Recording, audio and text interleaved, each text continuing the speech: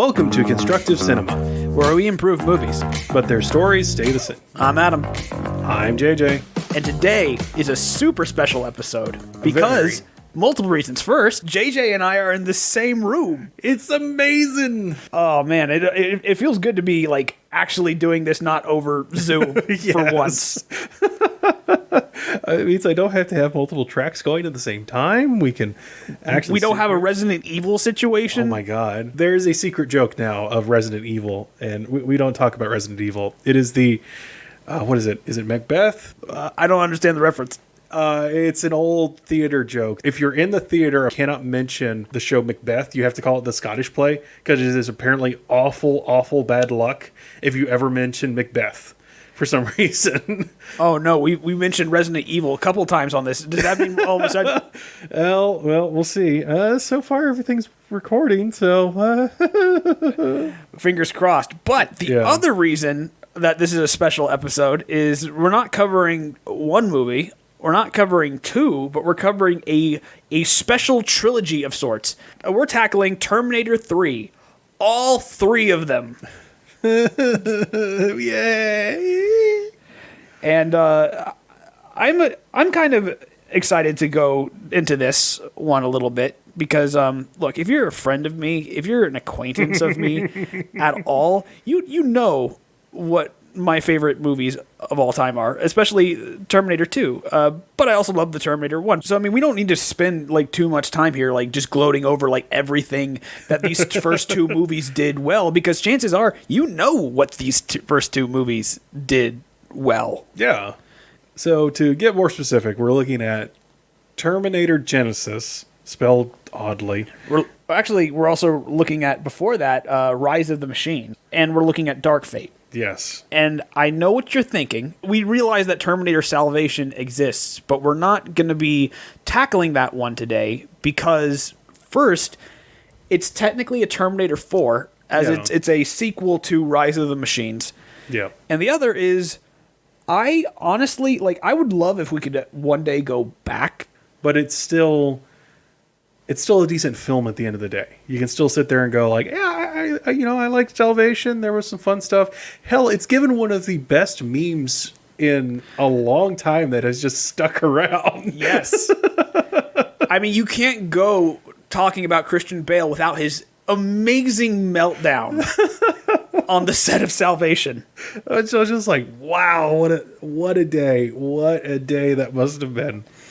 Now, I'll admit that was very unfair of him to go off on that poor lighting guy, but at the same time, it's comedy gold.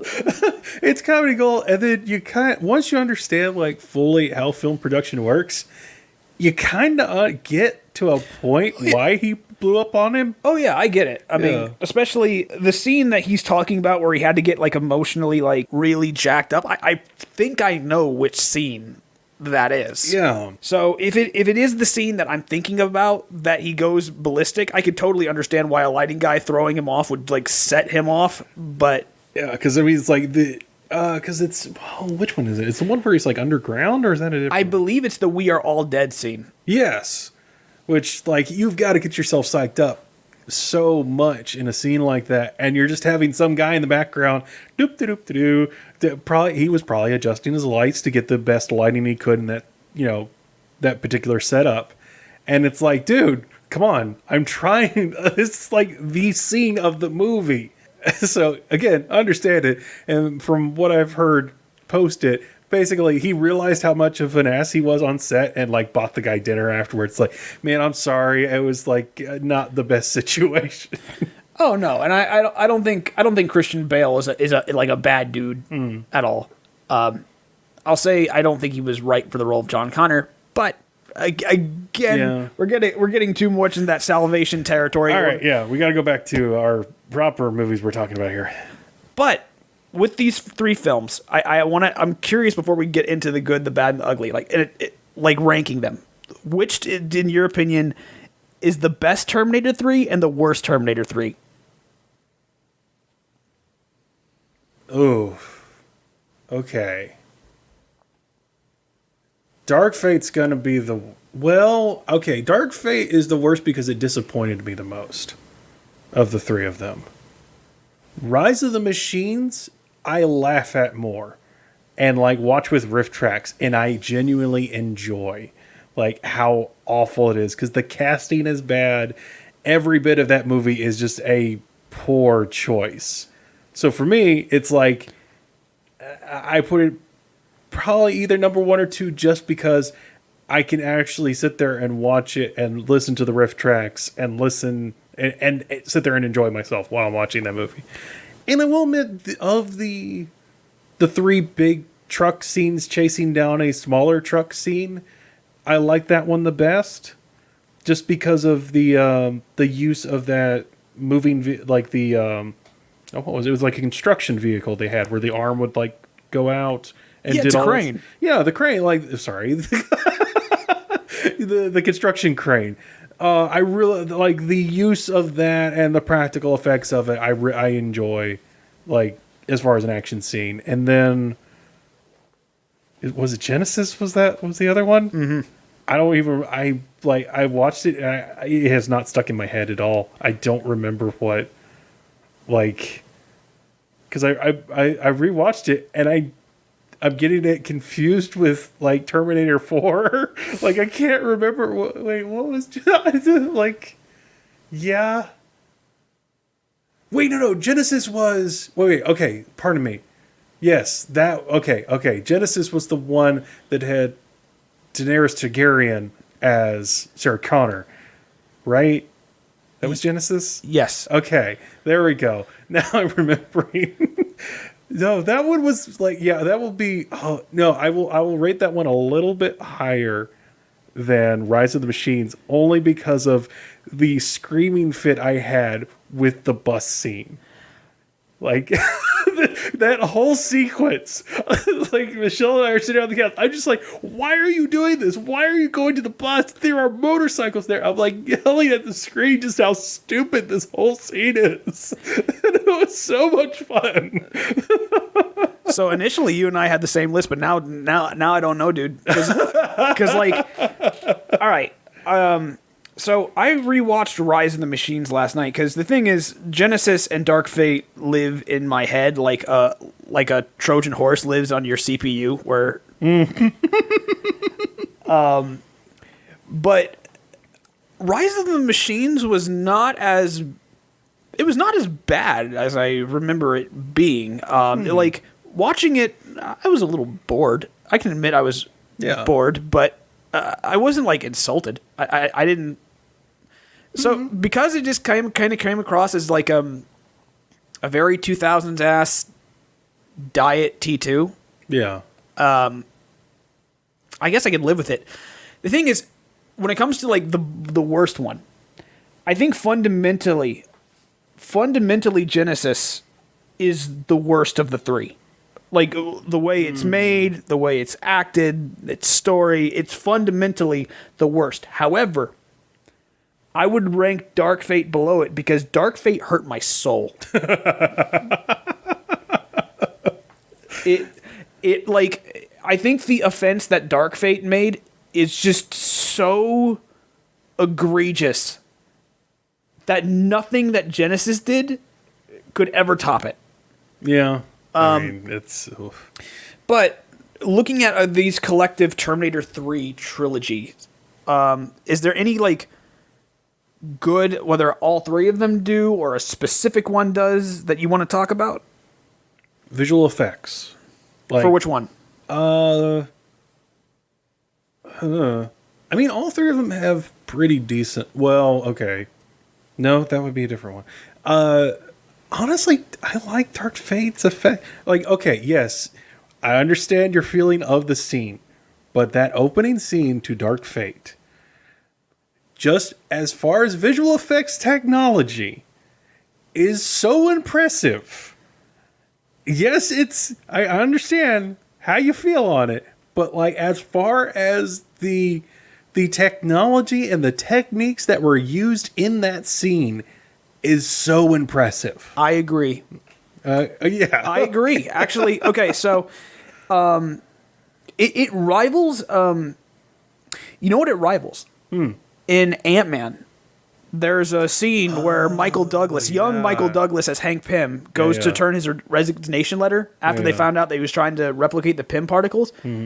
For the longest time, I thought like that was like the gold standard. And I guess I still do for de-aging effects. But this is close. This is really close. That opening scene looks like Edward Furlong, Arnold Schwarzenegger, and Linda Hamilton shot that like the month after T2 got released in theaters. Yes. But you know what's the crazy thing is that like beyond that, I don't think the visual aspects of Dark Fate look that good, or never look as good as that afterwards. No. It's like they spent most of their special effects budget on that opening scene. But I would actually say I think visually the one that looks the best is Rise of the Machines, because Rise of the Machines has, well, there's definitely dated to early 2000s, badness. Yeah. There is still practical effects, and the things that are practical still look great. I think that the T1s look awesome. I think Oh yeah. I think the fight scenes, as comically over the top as they are, because they are practical, they still half the time look good. Like that opening crane scene, looked amazing. Arnold busting out of the crypt with his machine gun shooting that looked amazing. When the TX and the Terminator are throwing each other in the bathroom, that looked awesome. It was so wonderfully dumb. Yes. So like I will admit, when it comes to special effects, I do think there's moments where they shine. Dark Fate with its opening, and T3 with its half of its fight scenes, and it's also its practical Terminators. I also think that conceptually, Dark Fate has the most interesting villain Terminator since the T-1000. Conceptually, yes, I agree. Because the thing is, I'm not going to put this in the bad territory because it doesn't. I don't think it's bad enough to get there. Like the TX is a very overly complicated design for a villain Terminator. Because you have the T-1000's liquid metal over an exoskeleton, but this exoskeleton can like hack things, and it also has like built-in future weapons on it, which if you're trying to design an infiltrator unit, it just feels like excessive. Yeah, because it also raises some questions, and I'll go into, because I agree conceptually I like that thing, but we'll get into when we start getting into the bad stuff. I will explain. Yeah, but like with the Rev 9, the idea that this is a Terminator that like the TX has liquid metal over an exoskeleton, but it can separate and do two things. Like conceptually, that's great. Because the fact that you're not having to deal with one of these things, which is hard enough to kill, but you have to deal with two, and it's kind of like a cool callback to both Terminator 1 and 2, where you're more or less having to deal with both the past Terminators, is conceptually a cool idea. Yeah. What else is there? Is there anything else good I can say? As out of place as it is, there are some moments of humor that work in Terminator 3 that caught me off guard. Wait, which Terminator 3? Rise of the Machines. Okay. Rise of the Machines. Like, okay, it does not work, but my favorite scene from Terminator 3 is a deleted scene. It does not. Okay, it does not work lore-wise. It does not, but it cracked me the hell up, which is it explains the origin of the T-800 by the show. Like they're pitching to Catherine Brewster's father the video of Sergeant Candy, played by Schwarzenegger, dubbed by Samuel L. Jackson, talking about the next future of I guess protection or super soldiers, and Catherine Brewster's father is like, I don't like the voice, and there's this scrawny scientist with Schwarzenegger's voice like, we can fix it. That was so. It's very RoboCopian. Yeah, It's very like it does not work. Not only like as a Terminator scene, and also it doesn't make sense because the T-800 was sort of like the new end prototype Skynet made when like their T-600s and their hunter killers weren't enough to wipe out the resistance. Yeah. So conceptually it doesn't work, but I can still laugh. It's so funny. Or hell, even, I mean, I'm not going to say all of the humor worked in Terminator 3, or Rise of the Machines, but there's some moments where I did crack a smirk. Like when Schwarzenegger is describing John's relationship with Catherine Brewster, and like he's hesitant, and like the Terminator's like, why? She is a female of breeding age. Like, yeah. He's being very clinical about everything. He's very, like, his dry humor, I think, like, I would say out of all of the times that Schwarzenegger is trying to be comical, of these three movies, he's doing the best in Rise of the Machines. Yeah. I know that's short, but I think that it's really probably the only good I can say about collectively these three movies. Yeah. And notice how I gave one movie no praise. So we're going to go to the bad. So the humor in these movies. Holy. Yes. Okay, beyond half of the good stuff that's in Rise of the Machines, Rise of the Machines, again, has humor that probably would not fly today, especially how Arnold gets his clothes. Yes. And in Dark Fate, half the time they're trying to be funny. No, Genesis, they're trying to be funny all the time, and it does not work, ever. See, I didn't even pay attention to the ones in Genesis. Genesis in particular, I have a joking term with you. Like, sometimes I'll call a movie China out of 10. And when I say that a movie is a China out of 10, I mean that it is a movie that is deliberately designed to fail in the United States so it can make its money back in China by, I guess, incorporating ideas and humor and actors and characters that would appeal to the Chinese audience as much as possible. And while there's some movies that are more obviously China out of 10 movies than others, like the Transformers movies or the Meg, sometimes they're a little more. There are sometimes a little bit more subtle, and I don't know if Terminator Genesis is a China out of 10 movie because there's elements of China out of 10 movies here, super obvious. Yeah, like for example, in the Transformers movies. Like, they'll go to Shanghai. Like, the half of the movie will take place in, like, Shanghai. So that's how you know. But, yeah, the fact that there's just humor per second in Genesis. If it's not being a China out of 10 movie, it's trying to be a Marvel film. Yeah. But even then, I think Marvel has more restraints. Like, I often tell people, I think Captain America, The Winter Soldier, is a better Terminator movie than the last couple Terminator films. Thinking about it that way, that's an interesting way to think of it. I mean, it's not. It's not, but the way in which Bucky's, hunting down people and everything like that. I see it.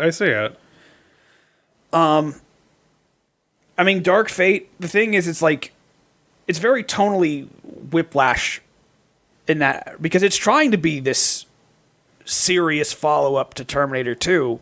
Yeah. But it's also trying to incorporate jokes that don't work. The Terminator has named himself Carl, and he's talking about drapes to the main actress. And how to get around the idea of being a family man, constantly bringing up the fact that they never had any intimate relationships, and he won her heart because he was a robot that wasn't afraid to change diapers. No, okay, yeah, it was not. I would also say this does not go into ugly. I'll say this is a bad. Mm-hmm. Because it's a common thread with all three of these movies. They're cowardly. They, like, I get it. Nobody wants to be the guy who tries to, do something different than a popular movie and it fails. I understand that. But the fact that all these three of these movies do nothing new. Yeah. They're just diet versions of Terminator 2. Rise of the Machines, like, shamelessly so. Yeah. Like, you look at, say, like, Alien, right? Like, I don't pity Fincher, or, David Fincher for Alien 3 not, living up to snuff. Yeah. Or any of the Alien sequels, really, after Aliens. I don't fault I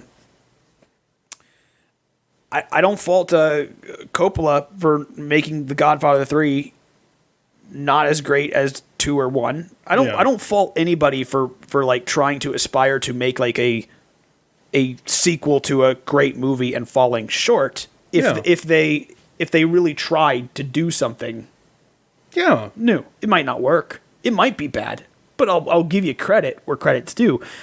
Rise of the Machines, Genesis, and Dark Fate are just so lazy and cowardly in that regard that like they get no respect from me. That's why I actually have respect for Salvation. It might not be good, but at least it tried something. It was completely different than the other ones, which is yay. Because, I mean, literally, every movie has the good Terminator, or 2 of them. Every single movie has the chase scene where they're in a smaller vehicle being chased by a giant vehicle. 2 of them have... No, wait, all 3 of them have fake T-1000. Yeah, they fall back on the liquid metal. Yeah, all 3 of them have liquid metal stuff. Oh, first one, Terminatrix. Oh, she has a little bit of both. Dark Fate. He is just liquid metal something. No, in Dark Fate, he's liquid metal on top of exoskeleton that's split in 2. Yeah. And then in Genesis, you have the T-1000 again, and you also have the T-5000, which is kind of the same. Yeah, like he was nanites, like biology converted into nanites. Yeah, which is kind of the same. I mean, the T-1000 actually isn't liquid metal. It's just a bunch of nanomachines that form the appearance of liquid metal. I hear the word nanomachines, and all I can think of is Snake! Nanomachines, son! Anyway, so, being distracted by Metal Gear for a second there. But yeah, I mean, all 3 of them have that exact same thing, have that exact same chase scene, and... Ugh. Well, it's like you go back and you look what make the first 2 so great, which I promise I don't want to do this too much because, I mean, you already probably know this, but what made the Terminator, the first one, so scary was that even though you had this soldier come back who has fought in these things for years, the fact that they're so out of place and they're in a timeline that has like no real effective counter against this thing, that's what makes the Terminator scary, is because what can they do about this thing that's constantly chasing them down and can't be killed? Yeah. And then Terminator 2 flips the script on that by having that villain from the first movie coming back as a protector, but it doesn't mean anything because now you have a more advanced model come back. So so it's like your advantage is gained and lost at the same time. And all 3 Terminator 3s don't deviate from that. They don't ramp things up, or if they don't even have to ramp things up in the sense of like the threat of like whatever the bad Terminator is. Yeah. They just don't even do anything to, I guess, or make a substitute idea that could work on its own merit. Yeah, which I got some fun ideas when we start getting there. But okay, so we've talked about the bad. Let's narrow down the They ugly. killed John Connor in Dark Fate. They killed John Connor in Dark Fate. In the first, half a minute? Like, not even that? I'm sorry, did I rush that? did I rush that? I apologize. No, you don't. No, I don't. Okay, there's a lot ugly about these 3 movies, but to me, that one hurt my soul. Yeah. And the sad part is, like, okay, to an extent, I kind of agree, like, oh, great, now he's dead. Because there's a part of me, and maybe that's why it needs to go into this section, even on my scale, is that oh, cool, you're doing something different. But then the movie is exactly the same as the other two that we just had. It's a double sin. It's a double sin because first, in that 45 seconds to 2 minutes, however long that scene is, they render the first two movies completely useless. Yeah. John Connor is the most important character in the original Terminator, and he's not even in it. Yeah. Like, and then in Terminator 2, his survival is the whole reason that like, yeah. John Connor is the only reason the Terminator 2, the first two Terminator movies exist, and in one foul swoop, they make everything that those characters, from Sarah to John to even the T-800, worthless. But then, instead of actually doing something unique or new, now that John is dead, they just make John Connor again, but not nearly as interesting. Yeah. Even though they kept trying, but it was just so... They kept trying with this new character. Like, they kept showing and not... And I will admit, towards the end, they got a little more telling of her being kind of badass. And also, for some reason... I don't buy it.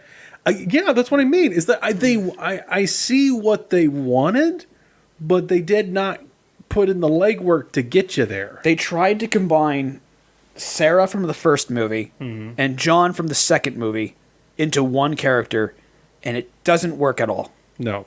But they wanted you to still have that feeling, even though... I mean, to me, that, like... It's just an unforgivable sin. As a Terminator fan, that's just inexcusable, and it even hurts more. That was James Cameron's idea, by the way. That was was his main contribution to Dark Fate, is killing off John. For me, if they actually did something with it, okay, but they don't actually do anything with it, which is like that entire movie is, oh, that's a really cool idea. Are we gonna do stuff with it? No, because we were talking about the main villain for Dark Fate, the Terminator that comes back. What is E.T.? Rev 9. In theory, I really like... This is a great idea for a villain. It's two different types of Terminators we have, the exoskeleton and the liquid metal. Problem is, half the time they forget that he can do the liquid metal thing. Like when they're inside the plane and Arnold like pins his arm down to get the gun away from him. We just saw, at least 2 or 3 scenes ago, he can just separate his liquid metal arm and use it normally, while the other metal arm is down. So it doesn't matter if you pin it. Do you know how, like, effective two things with the same mind can be working in tandem? Like, if you wanted to have, like, the liquid metal one act as kind of like the front or facade, and you're having the exoskeleton working in the background to make things happen. Yeah. Well, like, what's crazy to me is in the finale, the Rev 9 tries to negotiate with Schwarzenegger to just stop doing this. Why? Yeah. Like, because especially, like, one of the things I loved about the T-1000 and the T-800 in Terminator 2, notice how they don't talk to each other. And the reason they don't is because what would they gain from doing so? Yeah. One is programmed to defend John with his life, and one is supposed to throw everything he can to make sure John is dead. They're not going to deviate from these paths. So talking is irrelevant. And there's a super easy way to fix that scene. He's distracting him. Yeah, you have it to where, like, he's trying to talk to Arnold. Arnold does not let him talk at all, shoots him. And then you see the fact that he shoots through him and there's no exoskeleton. And then the exoskeleton comes out and starts attacking shit. Yeah, like, the thing is, the fact that this is such a good design where, like, you could have these two things that are both deadly on their own right, like, working together, and they don't. And even, like, okay, and also they don't use that ability as much as you could, because in the future flash forward scenes where they're fighting, they look like all Rev 9s, I'm assuming. Not only are there more of them, they can split in half and, like, become two different, like, just the liquid metal part will become two complete entities. Because they're in that big fight scene where they're taking in that we do, you know, the totes not John Connor Ramos, like taking her in because she's gotten hurt. And you're seeing all the Rev 9s doing what they could possibly do. They're like shooting out tentacles of liquid metal at people. They're splitting in half. They're doing all this nonsense. But I guess his circuits got fried when he came to modern, or, he went back in time, so he doesn't remember how to do that. And also, okay, this is a side note for this.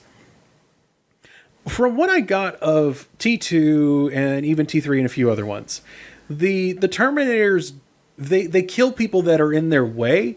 They don't really just go after and murder a bunch of people. They're infiltrators. They have a mission.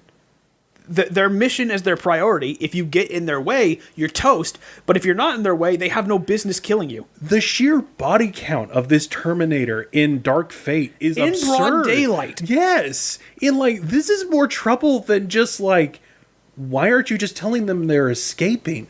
Or why aren't you... Like the whole, the border, when he's posing as the border patrol, and he's just walking down this hallway, shanking all these border patrol guards, and I'm thinking, this place must have cameras. Yeah. Or when he goes inside the, that one area that has the UAVs, and he just shanks everybody that's in there. It's like, why? Until they figure out that you're not a Terminator, why even bother? Why not just pose as one of them and just use the UAV to track down these guys? I mean, do you remember the mall scene in Terminator 2? The whole reason that scene works is, notice how Robert Patrick is not making his arms nice and attempting to stab. He is just posing as a person, chasing after this punk kid, because the fact that he looks like a cop, nobody's going to bother him, if he's lucky, they might even help him. Yeah. The only time... Well, Adam, he threw a guy out of his truck, and... That is vaguely reasonable, at least, because he's not just shanking people with metal arms in front of cameras. Because also, if you go back that far when Terminator came out, you're not going to have that many security cameras running around. In my head, it makes more sense because there's no security cameras. Modern day, hell... I got a 4K camera in my damn pocket at this point. It's supposed to be in 2019, right? Right. Yeah. I mean, they just take some pictures. It felt excessive in the amount of people he was just murdering, to a point where, you sure not one of these guys is going to butterfly effect to where your totes not Skynet's not going to exist anymore? I know we talked about it a little bit too, but the fact that, Carl exists in Dark Fate at all, when Legion does, boggles my mind, because I'll give this a little shout out. It's kind of a Terminator 3, but it's not really. There was a TV show called Sarah Connor Chronicles, and I think the first season was good. I think toward the end it got a little wonky, but I think that was because they were trying to get everything they wanted to get in before it got canned. Yeah. However, there was an interesting moment where we see what happens when a Terminator accomplishes its mission, which is because it's stealing a bunch of material that the Terminators are made out of. It drove into a nuclear bunker, it shut the door, and it just kind of sat in a chair and powered down. And it was waiting to rejoin the war effort. Oh. So, if John and Sarah succeeded in destroying Skynet, and this Terminator is still around to kill John, I'm thinking that there are so many things that it could try to do to still win the war.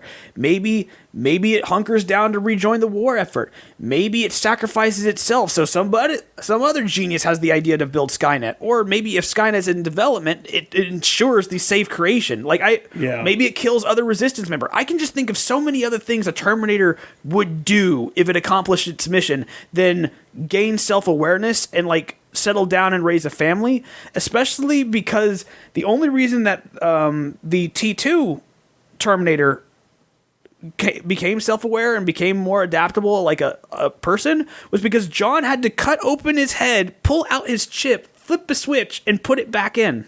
Yeah, he was reprogrammed, and that's why. And that's even in the deleted, or that's not deleted, that's the director's cut of Terminator 2. So we've been talking about we're like Dark Fate hurt me in the soul, which is why I'm immediately going. But there's plenty of ugly you could say about shit. The whole movie of Genesis is ugly. The casting is terrible. Yeah. It's absolutely genuinely bad. Like, you know what's the funny thing is that like Salvation kind of has a similar problem, but at least like the actor that they got playing Kyle Reese, Anton Yelnats, I think his name was, who unfortunately passed away. Yeah. I could totally buy him as a young Michael Biehn. I couldn't buy really Christian Bale's John Connor, but like him, that casting was great. Yeah. There's no cast member in Genesis that comes remotely close in what they're supposed to be. Yeah. Emilia Clarke, I did not like as Sarah Connor. I don't know who looked at Captain Boomerang and was like, oh yeah, that's Kyle Reese. Yeah, he told. Wait, Jai Courtney. I'm sure he's a lovely dude. How does he keep getting roles? Because it worked for a sandwich. The guy that they got to play John / the T-5000, I don't think he worked as John. Why'd they get J.K. Simmons as Dr. Silverman? Like, because I'm sure the guy who plays Dr. Silverman's still around. I'm sure he probably would have done it too. I forgot that was supposed to be his character? I thought it was a new character. Oh. Which also, the fact that Dr. Silverman exists as a character at all in this movie does not make sense, because the idea is that by stopping the original 1984 Terminator from happening, you eliminate Dr. Silverman's role in Sarah Connor's life. Mm-hmm. So why is he helping them? Because name recognition. I mean, the effects are terrible. The humor is terrible. The action scenes are terrible. The entire Terminator Genesis is ugly. Yeah. This is our show. We can swear, right? I mean, fuck Terminator Genesis. The Dark Fate hurt me, but this just has no reason to exist. Actually, I think the worst aspect is that, like, conceptually, the beginning is a kind of a neat idea. Going back to 1984 and then turning the original Terminator on its head to where you stop the 84 Terminator in its tracks. Thus, you don't need Kyle Reese to come back and more or less act as, you know, the genesis of John Connor. But at the same time, but because of that, the future starts to get really hazy because now John Connor doesn't exist because he doesn't need to exist. So you make Skynet maybe stronger. And now you're dealing with these repercussions of Kyle trying to maintain his, essentially, existence in this world that doesn't need him, while you also made your enemy stronger by doing this? Again, in theory, yes, but they all want to be Terminator 2. They're not willing to go, like, try some new things, go somewhere new. Their idea of new things is to get into a time machine and travel it forward into the future. Yeah. Instead of staying in the past where they could do more good, where they could essentially remove the building blocks of anything that could come up as Skynet, like, ugh. Now, ugly for Rise of the Machines. I don't know if I'd say the ending is ugly. I definitely think, like, it's conceptually a cool idea. Actually, that might go more into the bad territory than ugly. But, like, it's definitely kind of got this wishy-washy attitude of whether or not fate is something that we make for ourselves. Yeah. Because, like, Terminator 1 said it's not, but then Terminator 2 is like, well, maybe. But then Terminator 3 was like, no, yeah. Yeah, it is. It is. But I definitely think that when the effects are dated, they're, like, really dated. Yeah. I jokingly call this movie, like, a 2000s ass movie, and I do mean that in, like, a lot of, like, what early 2000s movies are. Yeah. I also don't think Skynet makes, like, too much sense here, because, like, apparently Skynet is actually alive in this world, and it's just waiting for them to, like, make it go online. But if it's at the point where it's self-aware and it's already making moves to, like, end humanity, Why does it need? Why does it need to do that? It Yeah. probably could do that in itself. Like, if it's especially, like, active in this U.S. airbase where it's being made, I imagine you could probably find a way to make it go online itself. And I thought the whole, like, the poetic aspect of Kyle Reese and the Terminator talking about why Skynet did what it did, which was when they turned it on. Do you remember that scene in Age of Ultron? I don't know why I keep bringing up Marvel, but in Age of Ultron, when they turn on Ultron and it's like going through our history, Yeah. and it's deciding like instantly like humans are terrible and we need to be wiped out because we are the biggest threat to the planet. Yeah. That's more or less what Skynet did. Yeah. So the fact that like it's kind of saying like Skynet was always inherently evil. Evil.exe. Rise of the Machines is like the least offensive of the three. And I think that's really the only ugly is that I don't like how it handled Skynet. Yeah. Which is hilarious because now we've had, well, not taking over the world and plunging us into darkness, having an AI go onto the internet and just coming back as this horrible, horrible. Have you seen that?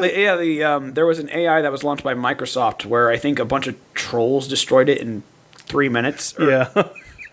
It turned into this horrible racist, like, misogynistic thing. So, we've been like almost an hour talking about these three movies.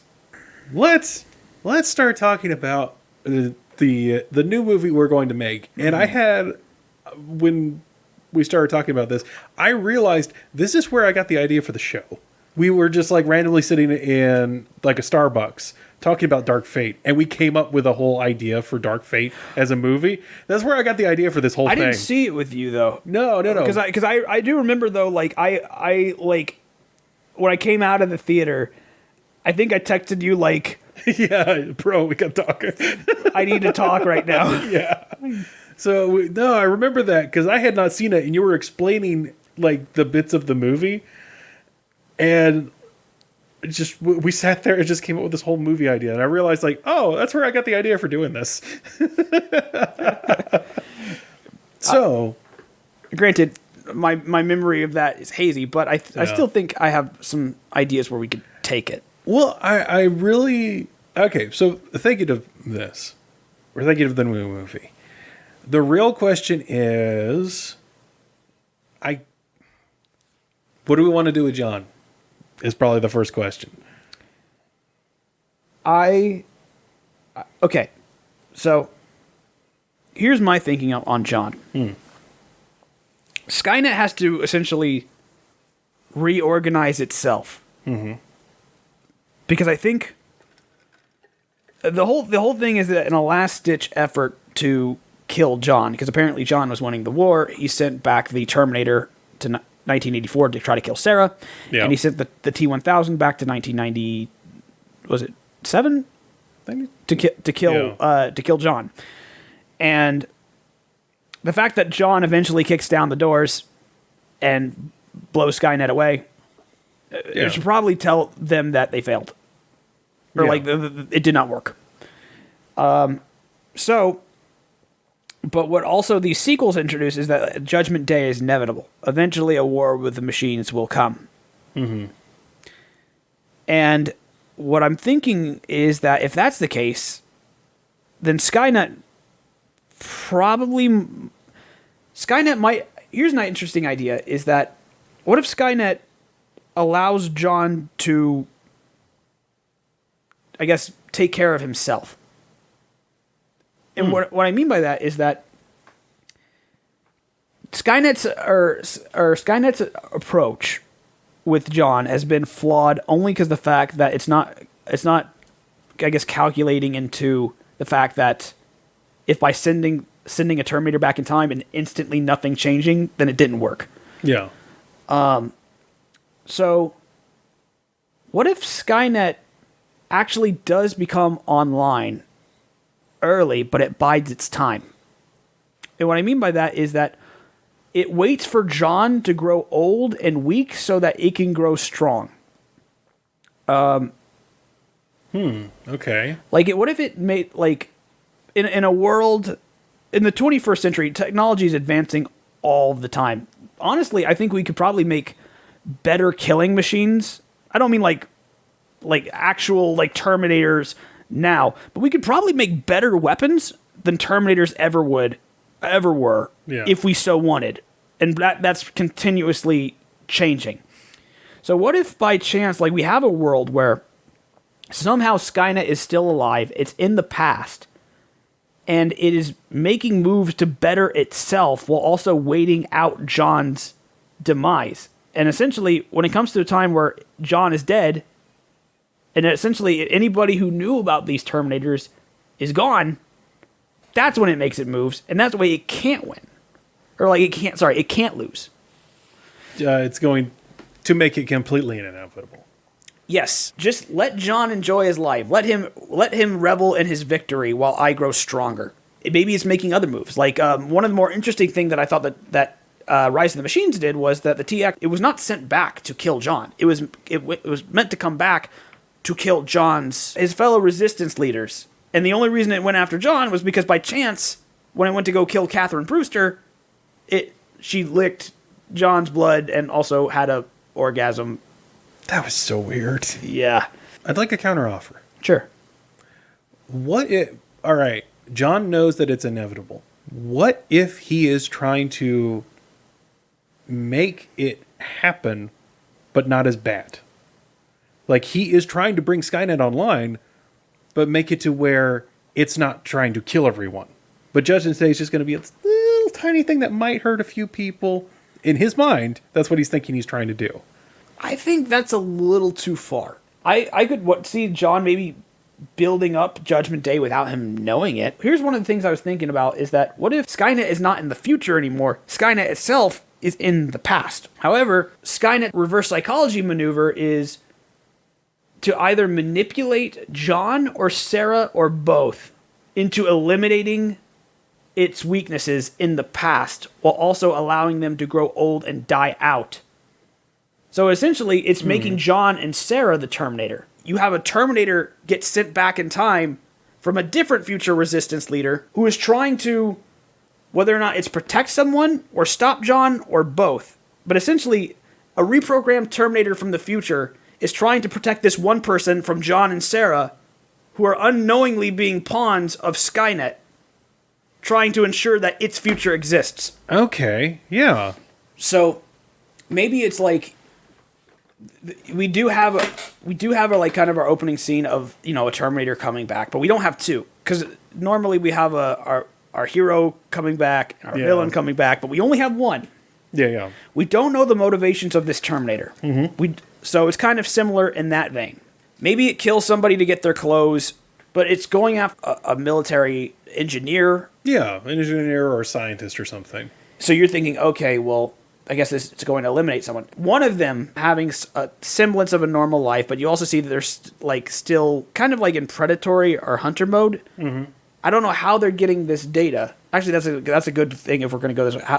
But essentially, they're also they find this military scientist and they're going after it. Eventually, we get to the point where it's kind of similar to Terminator 1 and 2, where you're thinking John and Sarah are coming to save the scientist from the Terminator, but they're actually here to kill the scientist, and the Terminator is the one protecting them.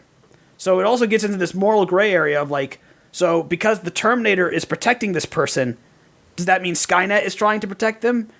Maybe that's their idea. It's like in their perspective, because they've been having to deal with Skynet and this problem for so long, they think that Skynet is trying to protect these people to ensure that it can exist, while the Terminators are the ones from the reprogrammed resistance, and they're telling the person, because you don't know who to believe. Yeah. Do we believe the characters that we've known and grown for so long who've had to deal with this problem, or do we believe this Terminator who's telling this person who has nothing to do with these past stories that, no, they're trying to eliminate you, so you make sure that Judgment Day happens?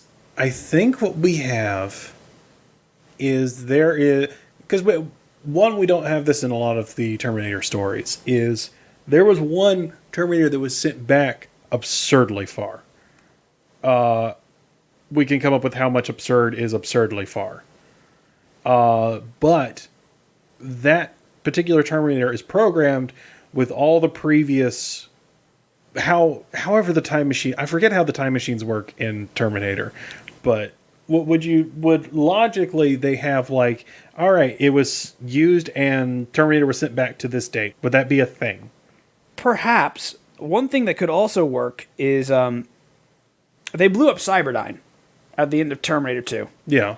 And essentially all of the data, and they destroyed the chip. If you still want to have it to where like Rise of the Machines, where they bought out what remained of Cyberdyne, you have partial backups. They're mostly useless, but they have some data. Have it to where there is still data of the original target of the Terminator. Kill John Connor, kill Sarah Connor. That's still written into the code of Skynet. Mm-hmm. And we're having it to where a future where Judgment Day still happens regardless. It's inevitable.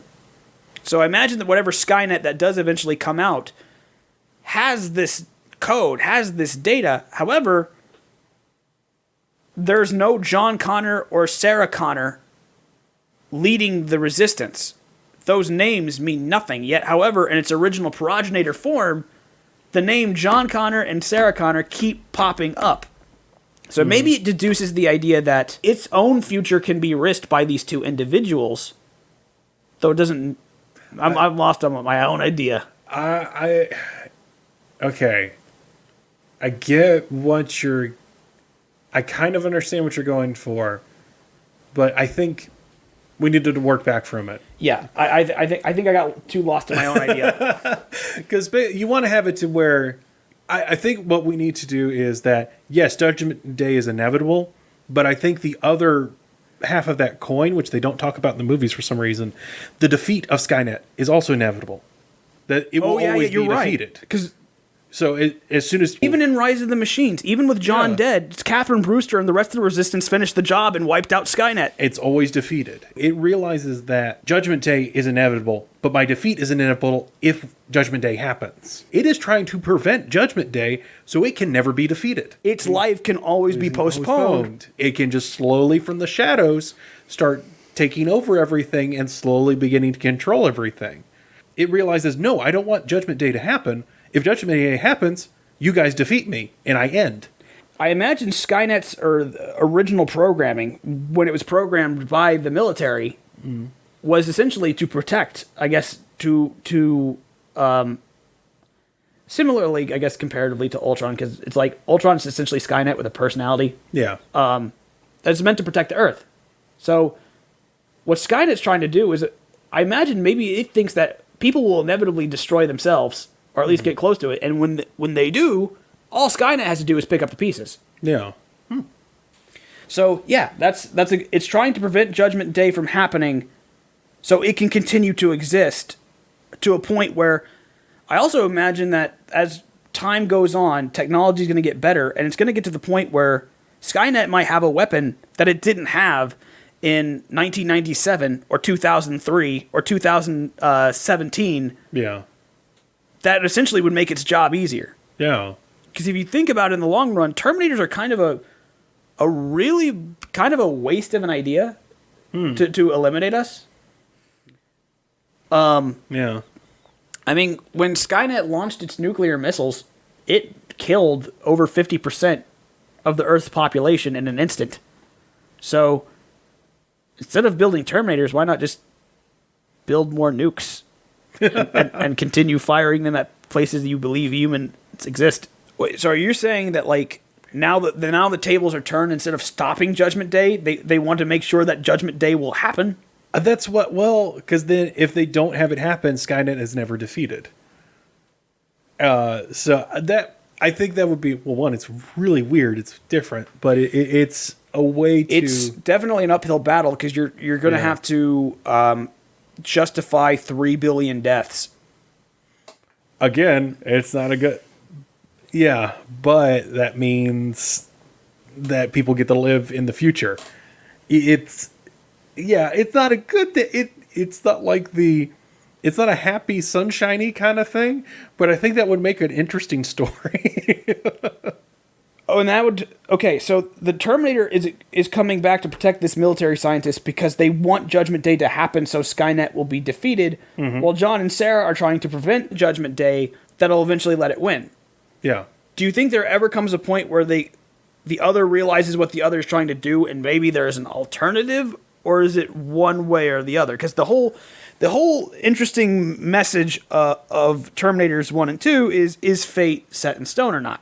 I think that needs to be probably would be like the midpoint to, beginning of Act 3, is that they find there has to be an alternate way. And maybe that could be finally reprogramming. I'll rewind it. So, yes, that's why he wants to...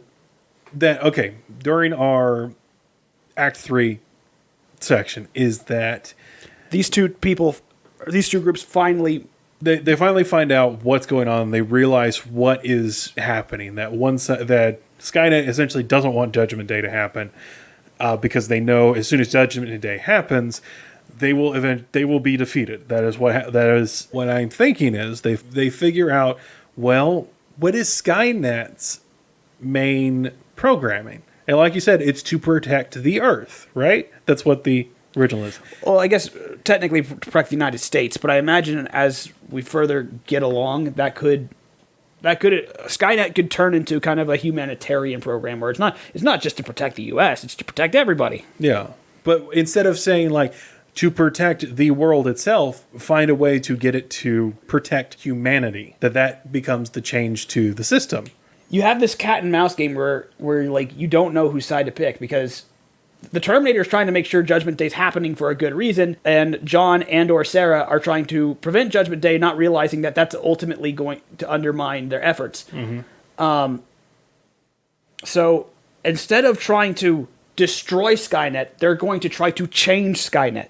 Yeah, because that's the one thing they've never done before. They've never tried to do that. They always want to destroy it, but what if you make it to where it is forced to protect people? And John could probably believe that because he's seen that a machine is capable of understanding human life. Yeah. So that's their mission. If they can try to get Skynet to understand humanity, then Judgment Day doesn't have to happen.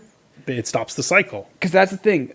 The cycle is Skynet and John are at a constant, which is what will bring about the end of days. Yeah. And it's constantly in this motion because one is constantly trying to eliminate the other.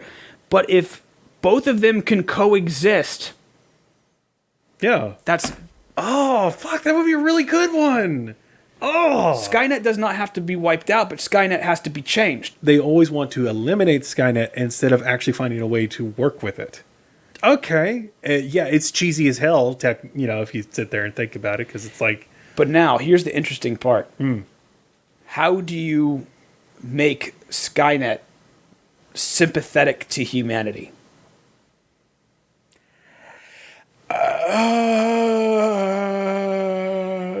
Well, because, like, the only reason that... well, I guess, okay. The question is, why is it not? Is it just purely from programming that they could go and change some ones and zeros? So we have two technically different answers from the first two movies. Yeah. Kyle said that it made its decision to destroy us in a microsecond, and it's kind of implying because humans are destined to destroy themselves. We're a barbaric species that the standard humans are bad. Yeah, I get it. But in Terminator 2, it mainly did it out of self-defense. It said that Skynet was learning at a geometric rate. Humanity got scared and attempted to pull the plug. So in response to protect its own existence, Skynet initiated Judgment Day. So in Terminator 1, it seems like it's a very Ultron-esque, like, humans suck, they all deserve to die. But in Terminator 2, it's more along the lines of humans are a threat to my existence and therefore should be eliminated. Okay. Idea that popped in my head was having one of these T-800s, because it's got to have Arnold in it. It's going to be a T-800. Re-interfacing with Skynet to show it like, oh, wait, you got time machines, right? You got time machines. You got time machines. Yeah.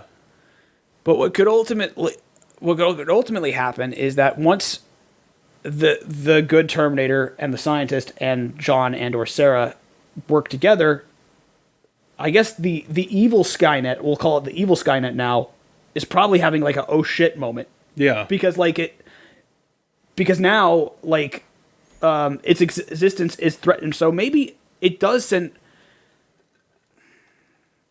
to avoid the tread of making another Terminator 2. Do you want it to send back one last ditch effort Terminator after this point, or because the thing is, now that we're having these groups working together to try to change Skynet for the better, how does evil Skynet fight back? How do we have a climax to this movie? Yeah. Well, my initial idea is to try and the end point is what I would like to try and get to is getting that Terminator from Terminator 2. The T-1000. No, T-800. The good guy is figuring out a way, because he's had all the life experiences and has slowly become more self-aware and a decent person, is that trying to figure out a way to pick him up before he melts himself and have him re-interface with Skynet to give it a conscience. No, wait, forget him. Forget him? Forget him. We could do it with the good Terminator. Okay. John, what if I don't know if it has its switch flipped by default or not because of the resistance sending it back. Yeah. But what if essentially also you have, this is how you have your heroic Terminator sacrifice, is it uploads its own self, or it merges with Skynet. Yeah. And that's how Skynet has sympathy for humanity. So essentially, what they're trying to do is they're trying to get to where the Skynet is currently being built and currently being, made, and upload this good Terminator directly into it, so that eventually its morals and its ideology can be integrated. So essentially, Skynet wants to protect people. Mm-hmm. Okay, all right. We'll work with that. So I realize that could also be very similar to, very similar to Genesis, and that they're trying to stop the Genesis program. But I like this one better because Genesis didn't do that very well. Yeah, but essentially, once they come to a conclusion, how are you going to still have like the evil Skynet try to make an attempt to stop them? Because essentially, if they succeed, the war is over forever. Yeah. And evil Skynet stops existing. So evil Skynet has to push back one way or another. Is the evil, or quote unquote evil Skynet, is the one that's being made? It hasn't, right? The one that's in our current time frame, or is it the one that's in the future?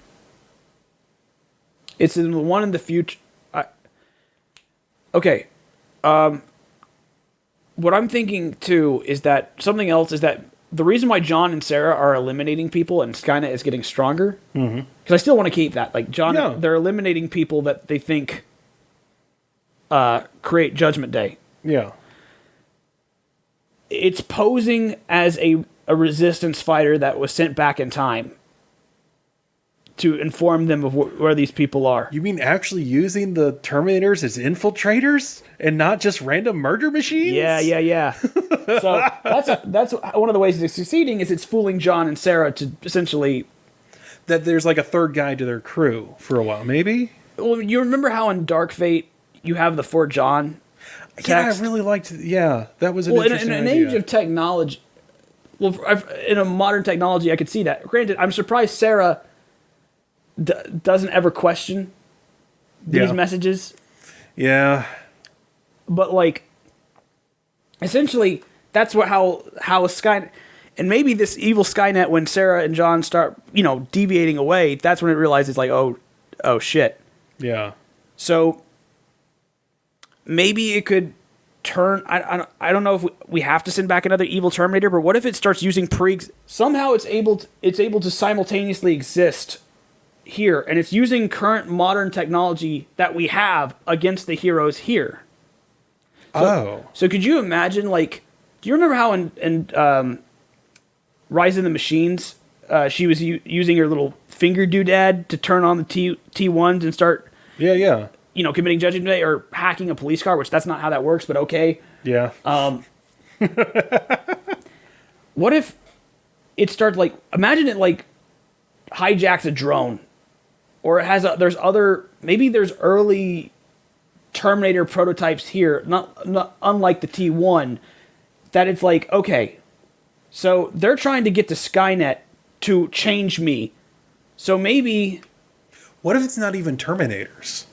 It's like Boston Dynamic robots and other... Yeah, that's what I'm saying. Like, early AI weapons. So when it realizes that its life is on the line, it starts activating activating itself around the core before... Because Skynet in its infancy is not turned on. Yeah. Okay. But the evil current or future Skynet somehow is able to download itself back here. And okay, I've got an idea for it. It's it's not French science as in like crazy out there nonsense, but it's something they're still working on. You can apparently take a proton and neutron from an atom, stretch them out as far as you need them, and they will communicate with one another. Let's make the argument that works through time. So somehow Skynet has established a wireless connection back to the past? Back to the past with itself. And I mean, you just have that as like somehow it's figured that out. Maybe that whatever bit of technology it's sent back is like wirelessly connected through this thing. I can't remember exactly what it's called, but it's basically but they're figuring out for like communication, because you could instantly, as long as you can make a positive and negative, you can start making computers out of it. During the battle, it also makes it a prediction. It just needs John dead. Like, it kind of falls back onto its original idea. Like, the only reason that it's been waiting out so long to prevent Judgment Day happen is so it can continue to exist. Also, so that John can eventually live out his life and die, so that nobody is prepared for what it's about to bring out. But during this final battle, maybe through these Boston Dynamics robots, Skynet, I guess, ultimately kind of comes to the conclusion, wait, if I kill John right here and then activate myself right now, it'll cause Judgment Day, but there should be no one to stand in my way. Or at least that's what it feels, yeah. So you have this ultimate battle between our heroes and our villains, one's trying to change Skynet and one's trying to eliminate John. Okay, yeah. It might have defaulted on its original idea, but it also realizes desperate times for desperate measures. And what could be interesting is that, what if you have it to where they succeed, obviously, but John dies to make it happen? Yeah. So, like, the scientist is almost finished uploading and he's injured. So John, gets to the computer and is like, as he's getting mowed down by these Boston Dynamics robots, he hits the enter key. By doing that, the old Terminator lives on through the Skynet, and the military scientist, whether or not he gets arrested or gets to live out his days, essentially he gets to see the sunset. There's never a nuclear war. But it's it's a nice little bookend to where, yes, Skynet has been defeated and John Connor is dead, and that's how the story ends. Is that? And you know what? You could kill off John here, and it wouldn't make everybody mad. Because you actually make it mean something instead of just being, oh, he's dead now. Anyway, here's John again, but not. Yeah. So yeah, our movie, it gets released in theaters. People hate it. Some other people on a podcast talk about the Terminator 3 quadrilogy and what our movie also did not learn from Terminators 3, Genesis, and Dark Fate. Oh no, it is inevitable, like Judgment Day. If fate may not be what we make. I don't know, I still like it. I mean, I'd be proud of our movie regardless. If we could just make something that's better than Genesis or Dark Fate, look, the Rise of the Machines could be better than our movie. It hurt a little bit, but I'd be okay with it more than if Genesis or Dark Fate outdid us. That would hurt. It would. Oh man, but no, I like it. This is a fun little movie with enough silliness to be worth it. And okay, yeah, we talked for a while. All right. So, do we have maybe some final thoughts? Any other little things we wanted to add in? And I'll say that this was all fun and hypothetical on our Terminator 3, and I am positive there's going to be another attempt to make a real Terminator 3. I'll say this: count me out. I know that sounds hypocritical, like, right? Whereas I was talking about how I think that if an idea is good enough to tell it. Mm-hmm. This is one of those things where I've given Terminator 3 three different opportunities to justify its existence, and all three have let me down. If a fourth or fifth or 19th time to make a Terminator 3 comes out, it's good. People tell me it's good. I will go see it in theaters. I'll give it a chance. And even the movies that the other 18 times that another Terminator 3 fails, yeah. I'll probably watch it on Redbox. But it's almost like it's hard for me to get excited about this idea when you have three different people. I wouldn't say talentless people. I'd just say people who. I think, unfortunately, these franchises are so big, they are so producer heavy that they have to have X, Y, or Z thing, and that could be a lot of what keeps happening. Like, you could be right, and it's one of those unfortunate. We didn't talk about this in our review, but I'll say it here. Even though Arnold Schwarzenegger is my favorite action star ever, and I think that the Terminator is both one of the best villains and one of the best heroes in sci-fi, action, and cinema in general. You do not need Schwarzenegger constantly.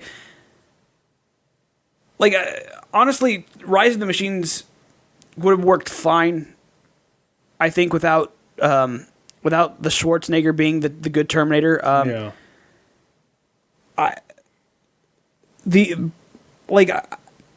I don't know. Like, I understand the brand value, and I think that's the reason why you keep bringing it back. Because when you think of Terminator, you think of Arnold. Yeah.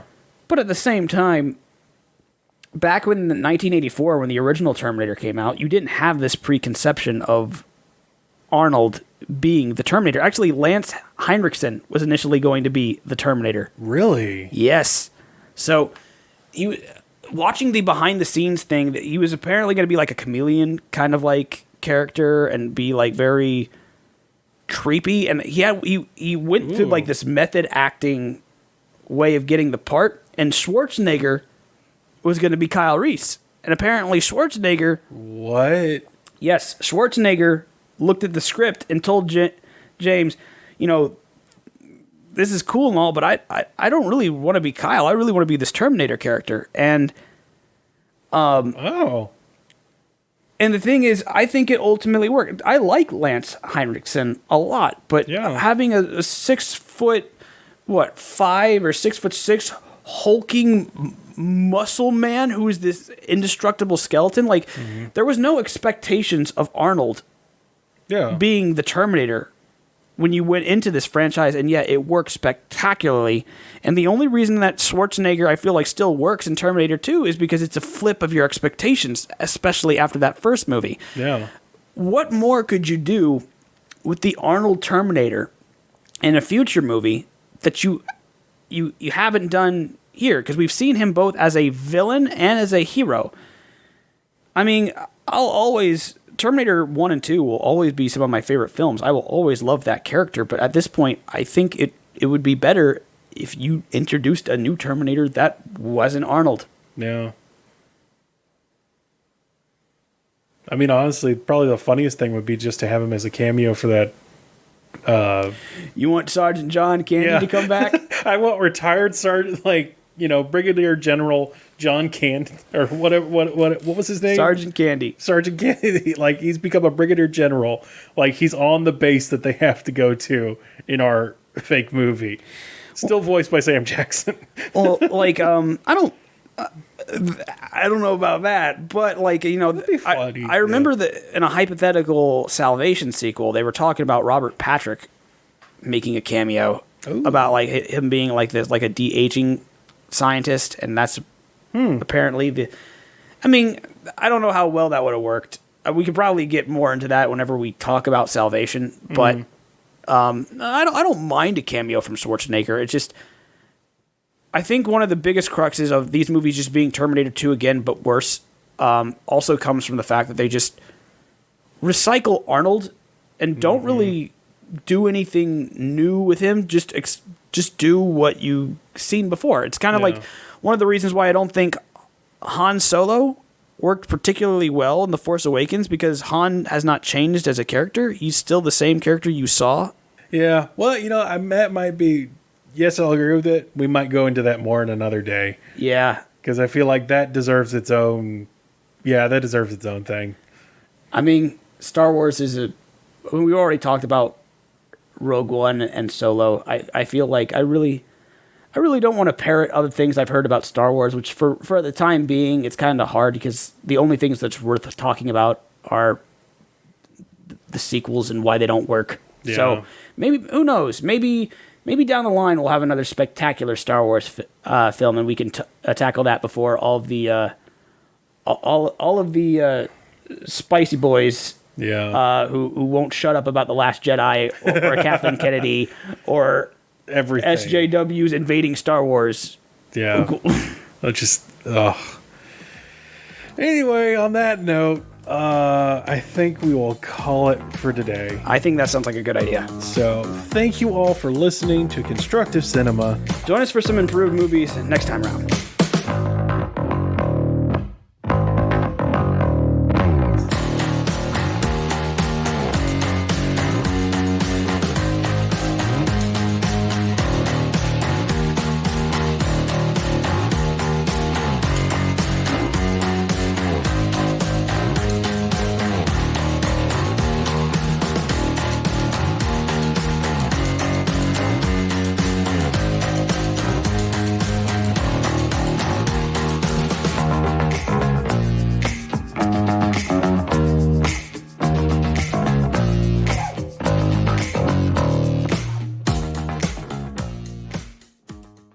Skyrim that it's not. Skyrim. Reprogramming Skyrim. Okay, Todd Howard. Yeah. Reprogramming Skyrim so I could put it. See, that's actually secretly how he got Skynet everywhere. Todd Howard is the Terminator. Anyway, Skyrim's a Trojan horse for Skynet. damn it, we need to keep that idea in the back of our minds now. No, we're not. Yes, No, we're yes, not. Yes, No, we're not. Yes. Todd Howard does not lead to the end of days. See, that's why he wants to have Fallout in real life, so that's why he has it. Oh my God, JJ. Get out. Oh, man. Okay. Anyway, so